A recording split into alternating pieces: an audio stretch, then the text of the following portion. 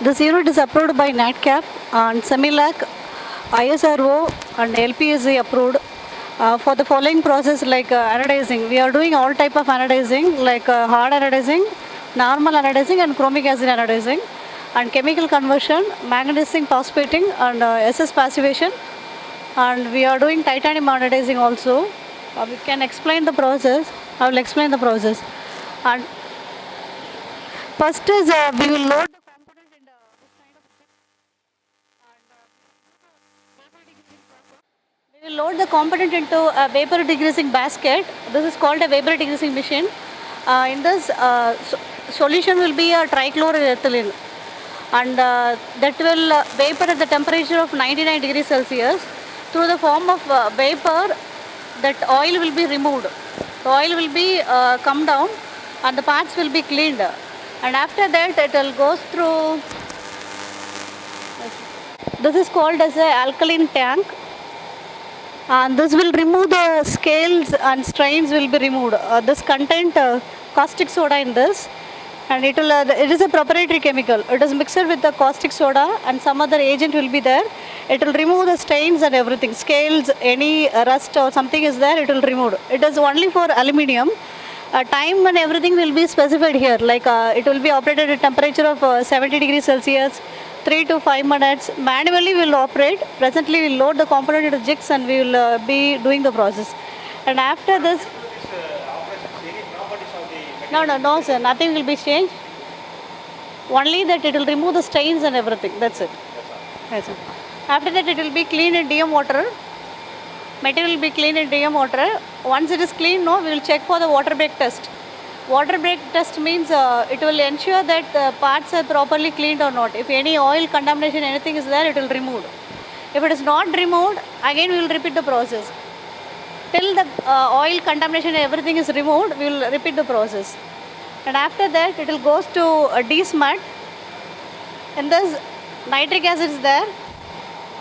This, as a name indicate, a D-smut, it will remove the smut. Anything deposited on the aluminum piece, that smut will be removed. If the smut is not removed, we will give more time and remove the smut and everything. Now what will happen due to smut? No. The part itself will be black color. There will output will not be required customer requirement. After that cleaning process, here also we will check the water break test. We will check that the parts is properly cleaned or not, water break test. And it will go to... How you are identifying whether the smut is removed or not? This step. After cleaning, the part will be black color, sir. Okay, madam. If you put in nitric acid, the black color will be removed, the aluminum color will be there. Okay. So it is indicates that the smut is entirely removed. Okay. Then after that you are putting that... Water, DM water rinse. Removing that... Just cleaning the residue of the nitric acid. Okay. Each time. And this is called activation. If the silica content, if you want to check the material properties, sir, if the silica content is more than 5% or something, you want to go for activation. It's just to activate the component before entering into the main bath. Just activation. So after that rinse.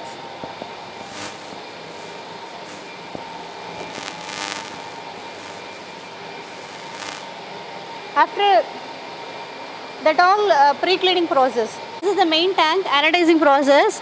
It contains the electrolyte will be a sulfuric acid. For normal anodizing it will be like 10%, and hard anodizing it will be like 360 gram per liter. Like it will be 360 gram per liter. Electrolyte will be there, and it will be connected to the chiller unit because the temperature is 17 degrees Celsius for normal anodizing. This unit will be connected to the chiller unit. Want to load the component with the jig. and we want to apply the current nearly a 14 voltage, 14 to 18 voltage. So depends on the time thickness, we will give the timing and everything, sir. And once the timing and everything is over, we will take the component from here and we will wash it.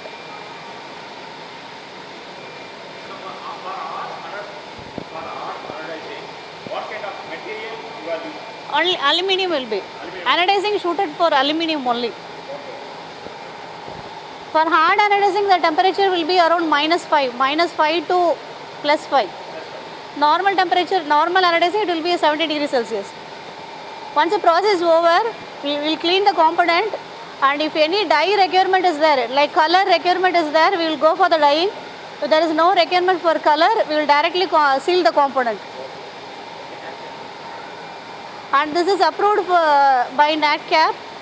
That is the ultimate certification body for chemical process. So, NATCAP, National Accreditation Contractor, this is a kind of certification body. That's the highest certification for plating, international certificate. Several process in manufacturing. So far we have seen rubber manufacturing, we have seen machining of metallic parts, and then we are going for a composite shop also. And in that there are a lot of process.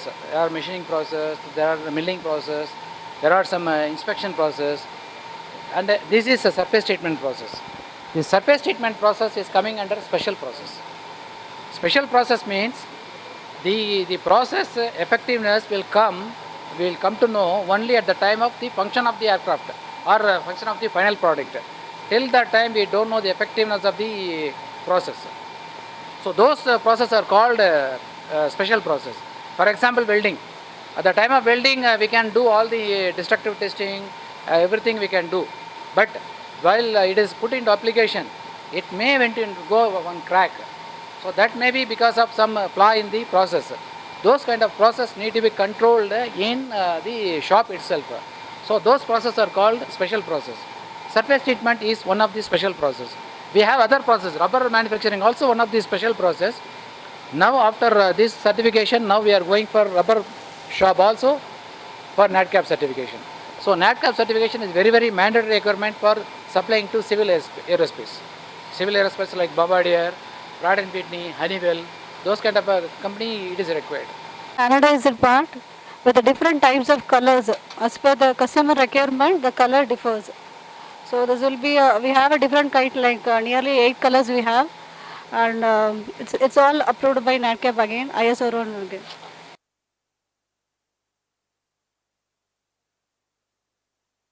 This is a manufacturing facility.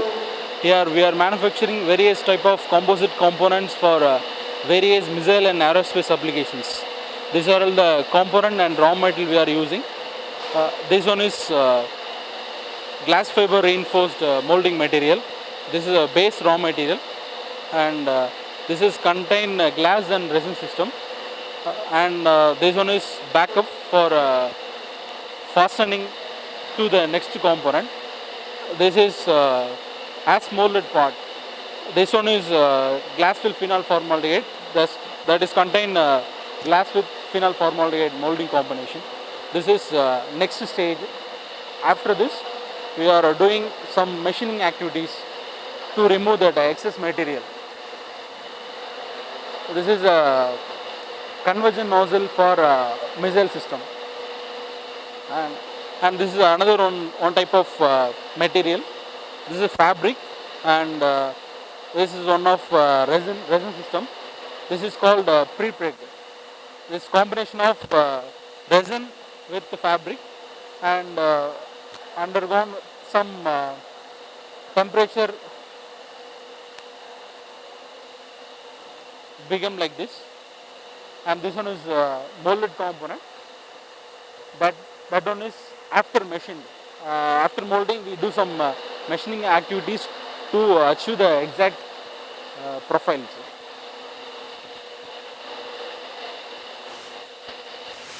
This is another one type of composite component used for missile application. This is a raw material stage. This is made out of tungsten plate. This is the next stage of operation. This is the final part. This is used to control the direction of missiles. This is one type of tool which we are using for compression molding of this component. That use of diversion nozzle is that diversion nozzle came the end of missile system. This is an autoclave oven. Autoclave. This is an autoclave oven. Actually, composite molding is done with the two types of formats. Like one is compression molding and one is autoclave oven molding. This is special equipment which goes with both pressure and temperature. There is an inbuilt vacuum system which is given, and the pressure it can withstand up to 12 bar, and the working pressure is averagely to 4 bars. We will keep the component inside and we will give external pressure. Meanwhile, we will have a vacuum outlet also. So the component will get molded in both ways. And this is the PLC controller unit. In this PLC controller unit, we can have the total reading of the cycle from which we start and which we end the process. So in that there is a holding time which is also recorded, in which we can get the graphs of the cycle also. And this has both automatic open system and closed system. That's it. Here, welcome to the powerhouse. In this powerhouse, we are using a transformer of 500 kVA rating, which will step down the voltage from 22 kV to 440 volt. The load requirement is 275 kVA. Here we are using the RPF contactor box, which is nothing but the reverse power flow contactor box, which will sense the power flow in the reverse direction. For that, we are using the current transformer in this box, and then that current transformer will sense the reverse power flow from the load to the solar panel, and then if there is any reverse power flow, that current transformer will sense the power flow in the reverse direction. That will be avoided using the RPF contactor box. This is the generator room where we are using 250 kVA generator, and then 125 kVA generator, and another one 83 kVA generator. If the load is heavy, then we are using 250 kVA generator. If the load is low, then we are using 125 kVA generator. If the load is very low, in the rare case, we are using 83 kVA generator. In this room, we are using offline solar UPS, which is nothing but uninterrupted power supply. Here we are generating 15 kilowatts of power. This is used only for the lighting purpose during the night times. My dear friends, greetings to you all. I am Sundaram. I am founder of the Aerospace Engineers Private Limited, Salem, and the Salem Aeropark also. I am a polymer technologist by qualification. I got a degree from MIT Chennai. I passed out in the year of 1983, and straight away I had not started my venture. I was working with a private organization for making the automotive parts for tires and other automotive components for the buses and this thing. 3-4 years I was working with that organization. Then late 1987, I'm having an interest to start my own venture. Then fortunately the government of India, they supported with some machineries, procurement of machineries. The National Small Industries Corporation, they aided a loan of 7 lakh rupee, not crore, 7 lakh rupee without any margin money and all under Technocrat scheme. And with a great difficulties I purchased the machineries, and without building I created my factory. So not in the open space. I selected the rented premises. I started my industry in 1988 February 8 with a rented building of 2,400 square feet building in Salem only. Since I belong to this place, I want to create my own venture in my own area. Then immediately my principal, Dr. Nadarajan, who came and inaugurated my facility in 1988, and he given a good wish. Definitely we are going to come up in the life like that. And after 3-4 days I went to Bharat Heavy Electricals Limited, Trichy, for getting an order because since I know something about rubber, and I explained about my this thing. I came like this, like this, like this. Then that procurement manager advised me, why don't you go for indigenous development cell? There is a separate department available in BHL Trichy. You have to go and approach the department. So what are all the products we are importing for our boiler production and bowl mill production that needs to be indigenous like that. So my dear friends, I studied all in Tamil medium only, that to government school. And only my engineering I did in English. I am very poor in English. I am not good conversation in English. That word, indigenous word, I came to know only on that particular day. Then I approached the indigenous development cell, and there is a fantastic product available for my scope. That product is called Victalic coupling gasket. Those days that Victalic coupling gaskets and all imported from German, and they are dominating. So that every 2 years they have to change the gaskets, because that gasket, that couplings they are using in the coal transportation hot lines. Every 2 years the gaskets are getting damaged, the coupling not. So they are forcing BHEL to buy the coupling, then only they are giving the spare gasket. So the BHEL is having concern of buying coupling for want of gasket. Those days they are keeping around 18-20 crore of inventory couplings. The gasket, when we want to buy a two-wheeler, then only they are going to give tire like that. They imposed. So that is a challenge. I spent around 3.5 months to develop the product. I developed the product successfully. Then I went back to BHEL in the month of June along with my first article. After seeing my first article, the first day itself, I got an opportunity to meet Executive Director of BHEL because of my product.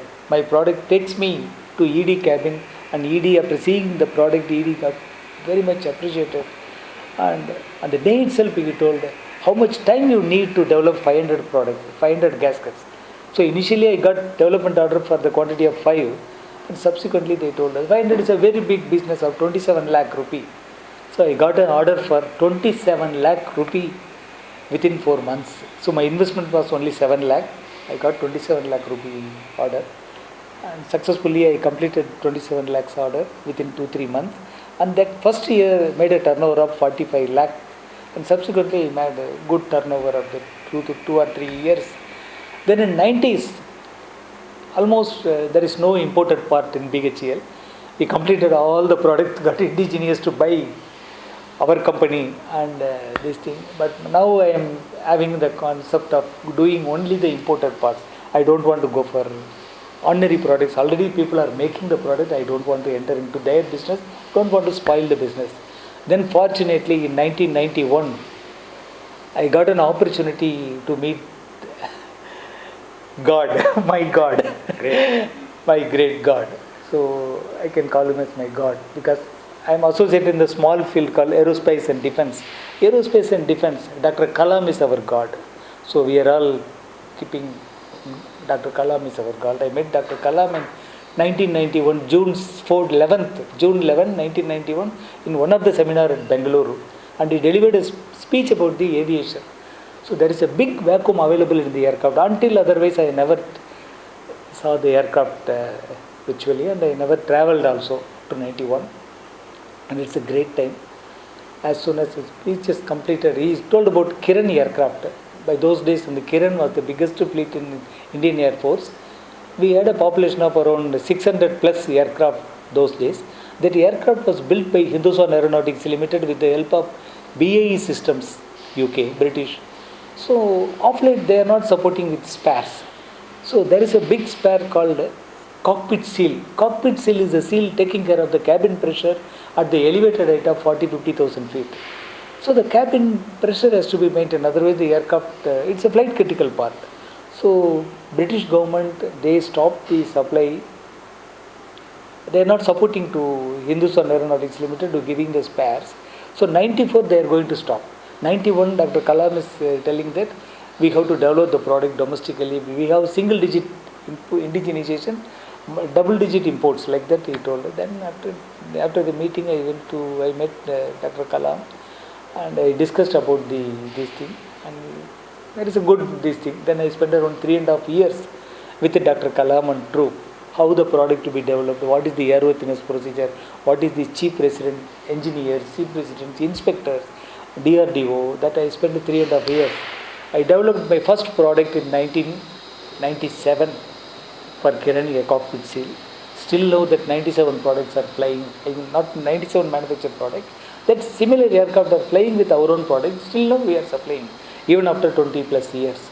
So I want to claim that presently all our Indian aircrafts, military aircrafts, fighter aircrafts are flying with our cockpit seal.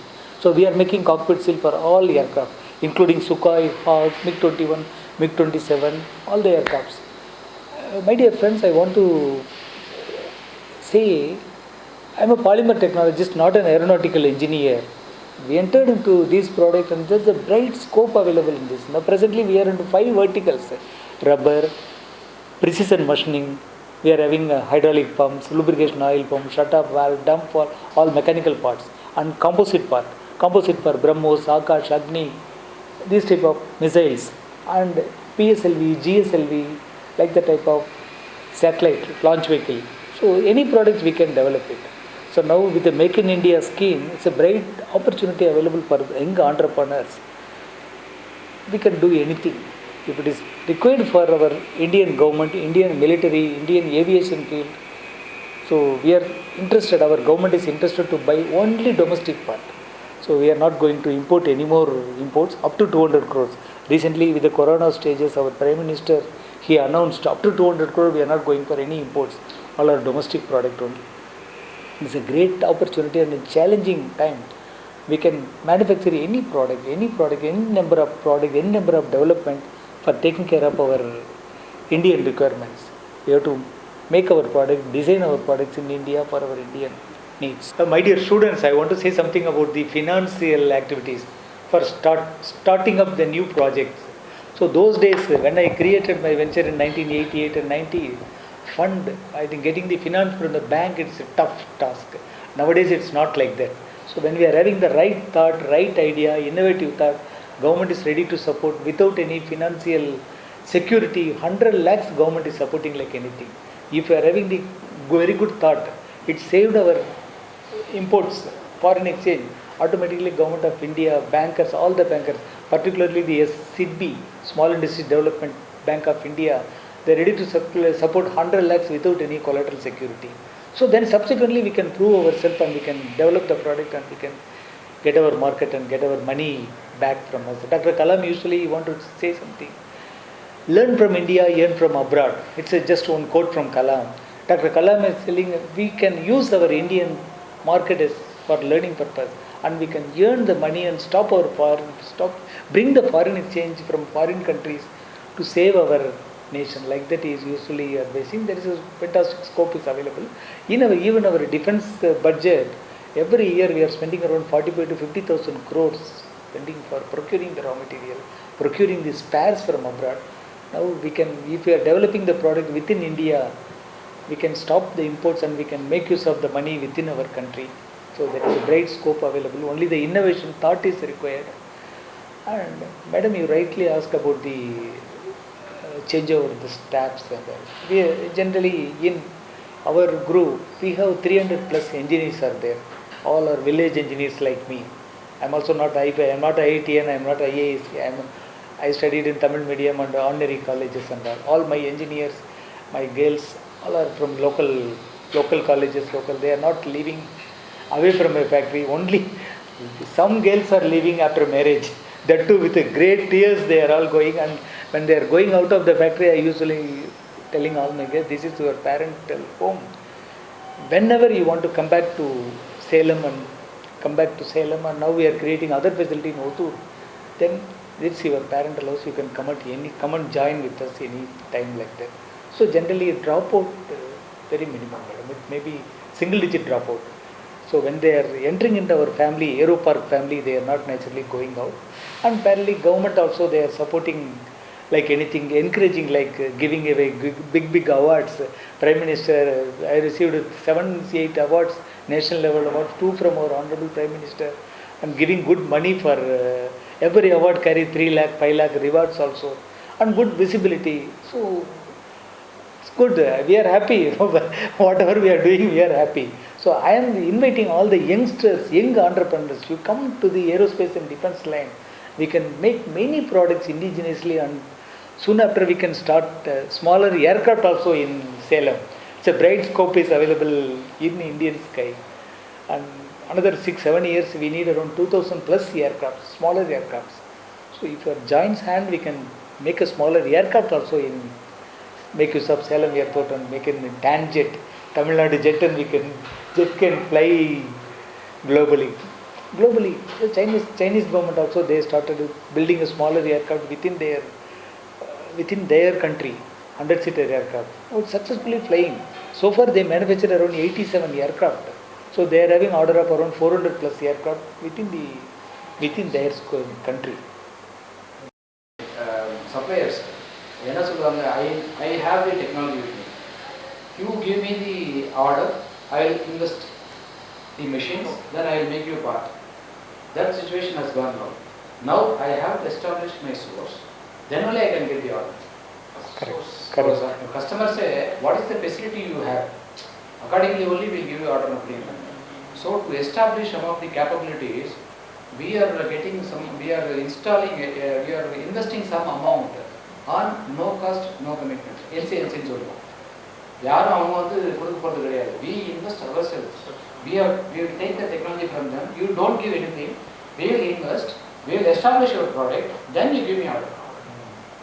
If the customer not giving order, my investment is going to be zero. But wherever we invested, so it is 100% success. So what we wanted to say, we have to take a risk. It's simply a calculated risk. That risk we are taking with some confidence level of the customer also, and we have successfully completed. That is one of the challenges. But some cases, one or two cases, we could not get success. But there's a learning is the investment. Learning is our takeaway from that. So it is one of the biggest challenges what we are facing in today's industry. And the second thing for the students, I wanted to say one thing. The very challenging period now is on metallurgy. Since I was in the aerospace industry and other things, I can understand what is the cost involved in the aircraft manufacturing. Nearly 65 to 70% is materials, and the rest of the things are tools, labors, and then overheads and profit. The 65 to 70% is getting imported from third country, and they are charging very huge. And any improvement in this area, if we are making, big profit is there. We can make aircraft very cheap. So MOQ. So that type of raw material. MOQ. That is a big challenge. That type of raw material we are having in our community, it is not. So 95% we are importing, because they are also not giving technology. Titanium is the material which is nearly 30 to 40% of the total aircraft weight nowadays we are using. We don't have titanium melting or manufacturing capability. Only machining we are doing. So the metallurgy students, if they are taking some kind of initiative for indigenizing such aircraft material, maybe companies like SAIL, Musco, if they are going along with them, they are investing. It's a real investment. It is a real challenging. Super allies. That area is very, very wide open. And we can do a lot of improvement in that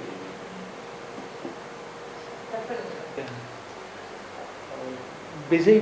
Besides the books, I think graduation books, apart from your education, related to the products, what you are going to develop it, like design, mechanical students, you can go for CATIA, SolidWorks, this type of software we can learn about the thing.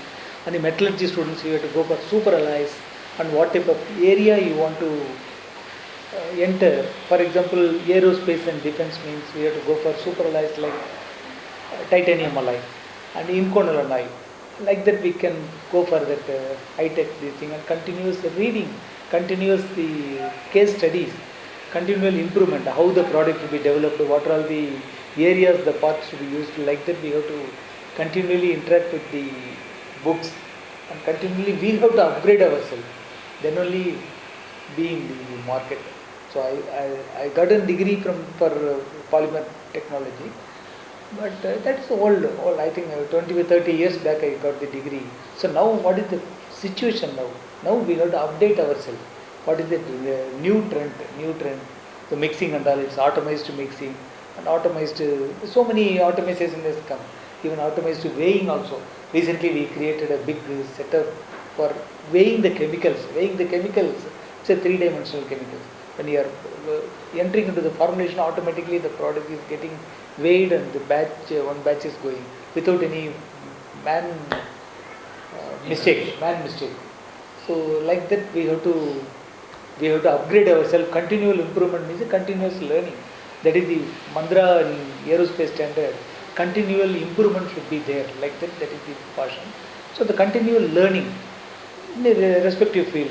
As a mechanical engineer, you have to learn continuously. Then only we have to be in the market and what is the new status. We have to update for the new requirement. Automatically be in the field and we can, all the youngsters always be with us. When we are giving the new thoughts, automatically the people like us and we can develop the product and shine the product. That is my success. I don't tell the success, but okay. Thank you for this.